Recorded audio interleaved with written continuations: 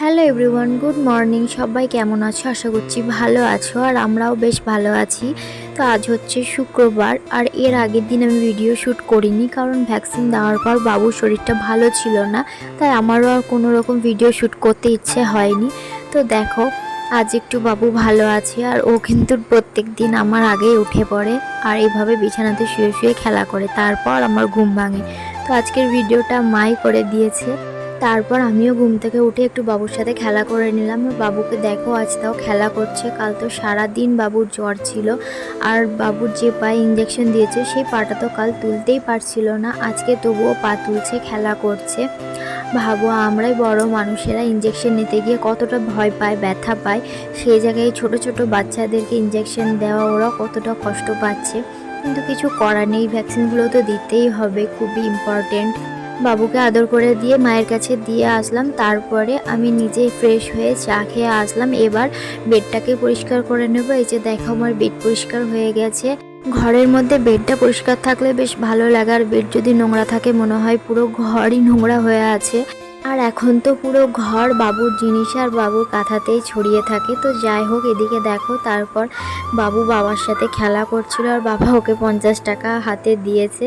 তো কীরকম টাকাটা চেপে ধরে আছে দেখলে। তারপর আমি ওই টাকাটা বাবুর কাছ থেকে নিয়ে বাবুর সেই লক্ষ্মীর ভাঁড়টায় আমি রেখে দিলাম। আর তারপর আমি বসলাম কিছু ফল কাটতে। ফলগুলো খায় না বলে বাবার কাছে বকা খায়, তাই আজকে ফ্রিজ থেকে বের করে কাটতে বসেছি।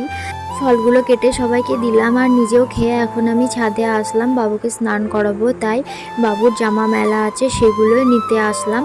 আর এই যে দেখো, কত ফুল ফুটেছে, পুরো গাছ ভর্তি ফুল, কি সুন্দর লাগছে দেখতে, তাই না?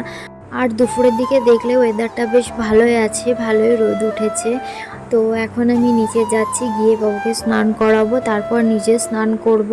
তো এই যে দেখো, বাবুকে স্নান করিয়ে দিয়েছি, তারপর মা বাবুকে খাইয়ে দিচ্ছে। তো দেখো, ক্যামেরা নিয়ে গেছি, ও বুঝতে পেরে গেছে।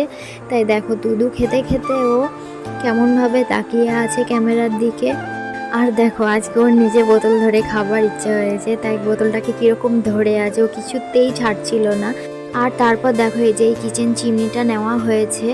বাবা মাকে যেদিন ডাক্তার দেখাতে নিয়ে গিয়েছিল সেদিনই ক্যান্টিন থেকে এটা নিয়ে এসেছে। তো আজকে এটা লাগাতে আসার কথা ছিল। এই যে দেখো, চলেও এসেছে লাগাতে। দেখতে পেলে বাবা এখন কাজটা দেখে নিচ্ছে, তারপর খাওয়া দাওয়া করে বাবা আবার আজকে ডিউটি চলে যাবে। তো এই যে দেখো, চিমনিটা সেট করা হয়ে গেছে, উপরে পাইপটা লাগানো হয়নি, কারণ দোকান থেকে নিয়ে আসা হয়নি, সেই জন্য ওটা বলেছে পরের দিন এসে লাগিয়ে দেবে। আমি অন করে দেখছিলাম কীরকম কী সিস্টেম আছে, আর তোমাদের সাথে একটু শেয়ার করে দিলাম। তো কেমন হয়েছে বলো। আমাদের কিচেনটা কিন্তু বেশি স্পেস নেই, খুবই ছোট্টর মধ্যে। তারপর খাওয়া দাওয়া করে বাবা ডিউটি চলে গেল। আর এই যে দেখো, আবার কীরকম মেঘ করেছে, কিন্তু আজকে বৃষ্টিটা হয়নি, আর ওয়েদারটাও বেশ ঠান্ডা ছিল। তাই সন্ধ্যাবেলা ভাবলাম একটু রিলস বানাই, অনেকদিন রিলস বানানো হয় না। আর এইদিকে ছেলেকে দেখো, আমি শাড়ি পরেছি, তাই আমার দিকে তাকিয়ে আছে কিভাবে। ছোট বেবি থাকার পরেও যে ভিডিও বানাতে পারছি, এটা মায়ের জন্যই সম্ভব, মায়ের কাছে আছি তাই। যদি শ্বশুরবাড়িতে থাকতাম তাহলে সারাদিন কাজ করার পরে হয়তো সময়ও পেতাম না, আর এনার্জিও থাকতো না। আর শাড়ি পরেছি দেখে তো বাবু কোল থেকে নামতেই চাইছিল না, ভাবছে কোথাও যাব। তো চলো ভিডিওটা শেষ করি, টাটা।